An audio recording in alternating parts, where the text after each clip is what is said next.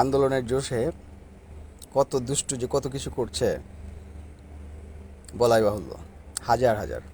যা হোক, তো অনেকেই বলছে একটা বিষয় নিয়ে যে বিএনপিকে চান্স দেওয়া যাবে না, দুষ্টরা বলতেছে এরকম বিএনপিকে চান্স দেওয়া যাবে না, এই না সেই না।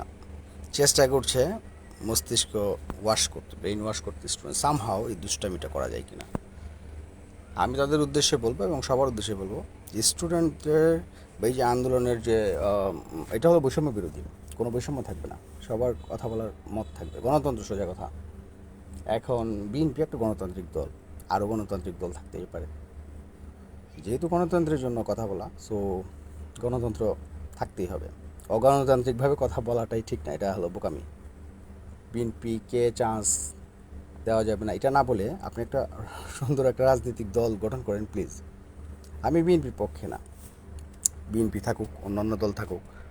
I request every one, I mean student যারা আছে, এই আন্দোলনের সাথে যারা আছে, তারা একটা রাজনীতিক দল বা সংগঠন বা এই রাজনীতির সাথে একটা সামহাও যদি যুক্ত হয়ে করার বা একটা দল গঠন করার যদি ব্যবস্থা করেন সবচেয়ে ভালো হয় এটা।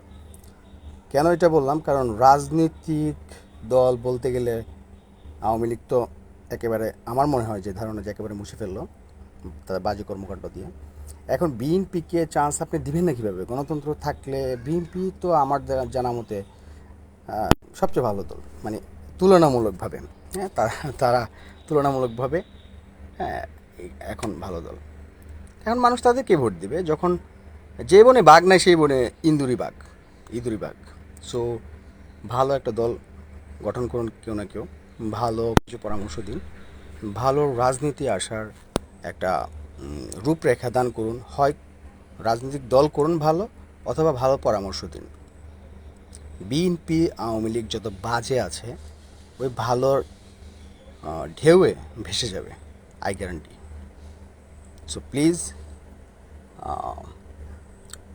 আলতু ফালতু কথা বলে সময় নষ্ট না করে নিজের মাথাকে, নিজের বুদ্ধিকে ভালো কাজে লাগান। সুন্দর ভালো একটা বাংলাদেশ গড়ার এটাই মোক্ষম সময়। এই সময়টা বেশি দিন থাকবে না। Mind it.